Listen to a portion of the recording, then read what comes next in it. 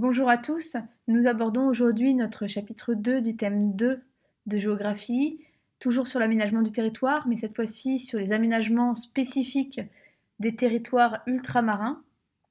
Nous allons nous poser la question des particularités de ces territoires ultramarins et des conséquences de ces particularités sur leur aménagement. Pour cela, nous étudierons trois axes. D'abord, le fait que les territoires ultramarins sont des territoires éloignés et spécifiques, puis dans un second temps qu'ils présentent des spécificités socio-économiques et des liens étroits avec la métropole, et enfin, nous verrons dans un troisième temps l'aménagement qui est possible pour réduire les déséquilibres. Les territoires français situés en dehors du continent européen sont qualifiés de territoires ultramarins. Ils sont dispersés sur le globe et se situent à plusieurs milliers de kilomètres de la métropole et présentent des statuts variés. La Martinique, la Guadeloupe, la Réunion, la Guyane ou Mayotte sont ce qu'on appelle des DROM, D-R-O-M, départements et régions d'outre-mer, que vous retrouvez sur la carte avec des petits cercles rouges. Il s'agit d'un statut qui est le même que les départements et les régions de France métropolitaine. Ce qu'on appelle France métropolitaine, c'est la partie de la République française qui est localisée en Europe. Il y a d'autres statuts possibles. Saint-Pierre et Miquelon, Saint-Barthélemy, Saint-Martin ou encore Wallis et Futuna et la Polynésie sont ce qu'on appelle des COM, des collectivités d'outre-mer, que vous voyez sur la carte avec des petits cercles orange. Ils bénéficient donc d'une certaine autonomie vis-à-vis de la métropole dans les domaines fiscaux, douaniers, etc. Enfin, il y a d'autres territoires, comme les terres australes et antarctiques françaises ou encore la Nouvelle-Calédonie, qui répondent encore à un autre type de statut juridique avec encore plus d'autonomie. Ces territoires ont toutefois des caractéristiques communes, c'est notre grand B. Ils sont tous très éloignés de la France métropolitaine et pour la plupart composés d'îles ou d'ensembles d'îles de petite taille, c'est-à-dire des archipels. Seule la Guyane fait figure d'exception.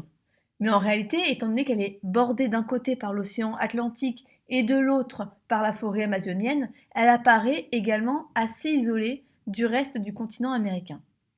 Ces territoires disposent d'une grande biodiversité. La majorité de ces territoires se situent entre deux tropiques, comme c'est le cas pour la Martinique, la Guadeloupe ou encore la Réunion, ou dans des mers des régions polaires, comme c'est le cas pour les terres australes et antarctiques françaises. Les territoires ultramarins ont un climat, un relief, avec des îles volcaniques montagneuses, une végétation comme la forêt amazonienne, les mangroves, des paysages comme les récifs coralliens, des lagons, tout cela sont assez particuliers.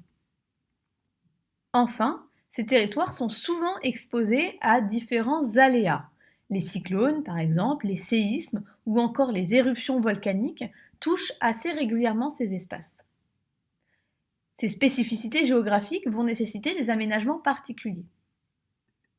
Ces territoires ont également des spécificités socio-économiques et une forte dépendance à la métropole.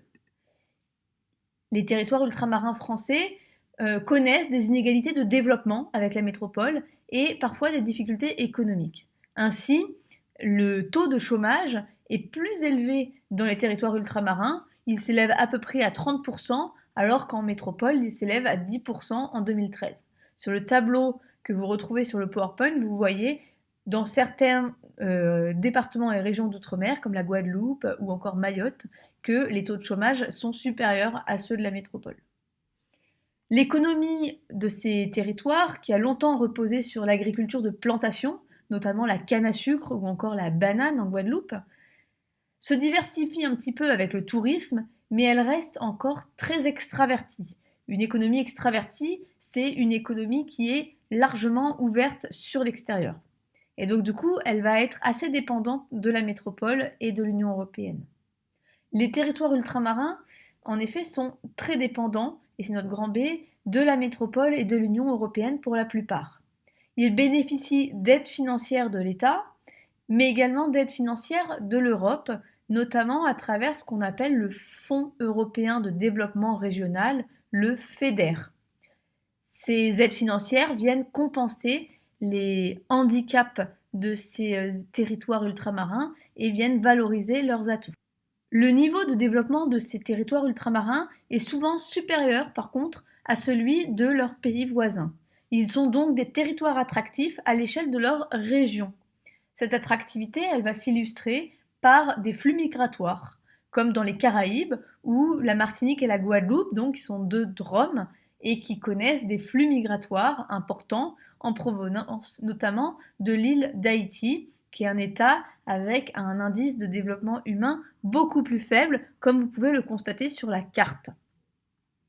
De même, la Guyane va connaître une forte immigration illégale en provenance de ces deux pays voisins, le Suriname au nord et le Brésil au sud.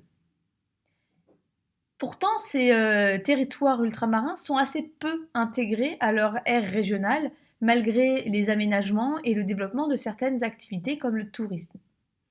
Ainsi, si on regarde un petit peu le graphique des importations en Martinique, la plupart des importations proviennent quand même de France métropolitaine et d'Union européenne, puisque si on additionne les 51% de la France métropolitaine et les 12% de l'Union européenne, on atteint plus de 60% des importations qui proviennent du continent européen, alors qu'en fait seulement 5% des importations proviennent de la zone des Caraïbes.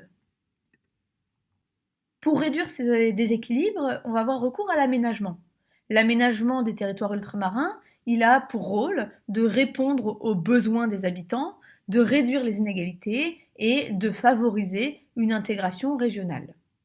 Alors, l'éloignement et l'insularité, le fait d'être une île, nécessitent des infrastructures de transport particulières, des aéroports, des ports, des routes, des ponts, etc. Les liaisons aériennes sont très importantes, elles permettent de réduire l'éloignement et ce qu'on appelle la discontinuité géographique, c'est-à-dire la rupture géographique liée en particulier à la distance. Si on prend quelques exemples, l'aéroport de Papeete en Polynésie a connu d'importants travaux en 2014 afin de favoriser l'arrivée des avions très gros porteurs. Vous voyez une photo de cet aéroport sur le PowerPoint. Par ailleurs, depuis 2016, une ligne directe Paris-Dzaoudzi à Mayotte est mise en place pour rejoindre ce territoire sans transiter par la Réunion. Vous voyez sur la carte qu'avant, le transit par la Réunion faisait qu'il y avait un temps de trajet très important pour rejoindre Mayotte. En Guadeloupe, l'aménagement d'un port, du port de Jarry, donc, cherche à capter une partie du trafic maritime qui emprunte le canal de Panama. Donc là aussi, on voit le rôle crucial des infrastructures de transport. Enfin, en Guyane, c'est la construction d'un pont qui va permettre d'enjamber le fleuve Oyapock, qui est une frontière naturelle entre la Guyane et le Brésil au sud. Donc vous voyez la photo apparaître sur le PowerPoint, ainsi que la localisation de ce pont sur la carte. Il y a enfin également des aménagements liés au développement du tourisme, comme la création de stations balnéaires ou encore la construction d'infrastructures hôtelières, comme c'est le cas dans les Antilles, notamment en Guadeloupe. Enfin, dernière sous-partie, les défis environnementaux. Les territoires ultramarins, on l'a vu, sont des espaces qui sont des espaces de grande biodiversité et donc ils sont soumis à d'importants défis environnementaux. Il va s'agir de favoriser les aménagements, certes, mais tout en préservant les espaces qui sont fragiles car marqués par une importante biodiversité, comme c'est le cas de la forêt amazonienne en Guyane par exemple. Je vous laisse lire le petit texte qui apparaît sur le PowerPoint afin de creuser un petit peu sur ce sujet. En résumé, je vous propose un schéma qui permet un petit peu de voir les différents aspects des territoires ultramarins, des territoires qui ont des spécificités géographiques, socio-économiques, qui ne sont pas toujours mis en valeur de la même façon et qui donc nécessitent des aménagements spécifiques.